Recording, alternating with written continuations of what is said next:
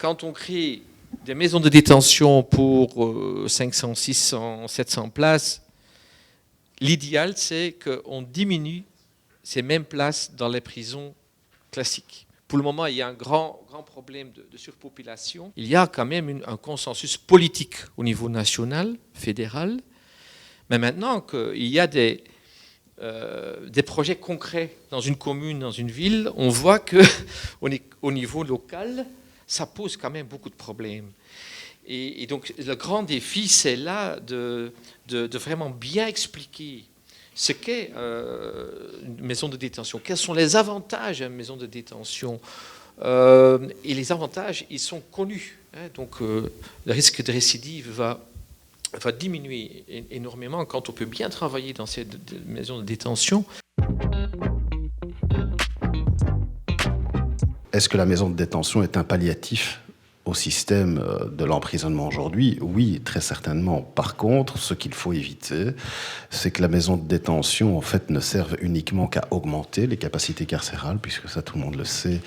Une fois qu'on ouvre des places de prison, on les remplit très vite, trop vite dans notre État, parce que tout le système antérieur n'est pas pensé, et doit permettre d'améliorer le suivi en vue de réinsertion, et ce de manière effective. Et donc si on arrive à avoir finalement ces deux objectifs qui sont rencontrés, ça sera mieux qu'aujourd'hui. Ça sera pas bien, mais ça sera mieux qu'aujourd'hui. Et pour ça, déjà, le modèle de maison de détention est un modèle, je pense, plus favorable que le modèle qui est aujourd'hui effectif.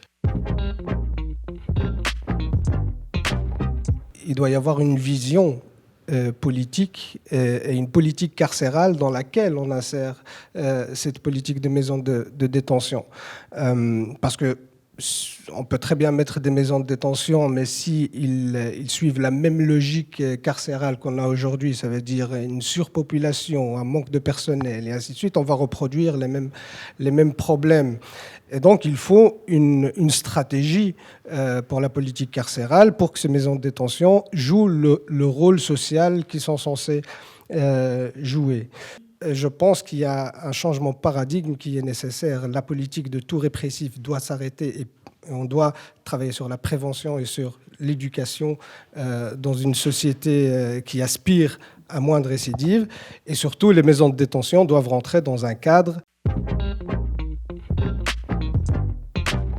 Ces nouvelles maisons de détention ne soient pas là, comme c'est le cas aujourd'hui, pour s'ajouter aux prisons actuelles, mais constituent vraiment une alternative aux prisons actuelles et futures. Ça, je pense que c'est vraiment indispensable. Force est de constater que pour ce qui concerne la prison de Harren, mais pour les maisons de détention, ça sera sans doute la même chose, on les ouvre avant même d'avoir le personnel nécessaire pour pouvoir encadrer correctement les détenus. Et ça, c'est un gros problème. Ce recours accru au privé fait en sorte qu'il y ait une absence de responsabilité de ce qui s'y passe devant le Parlement.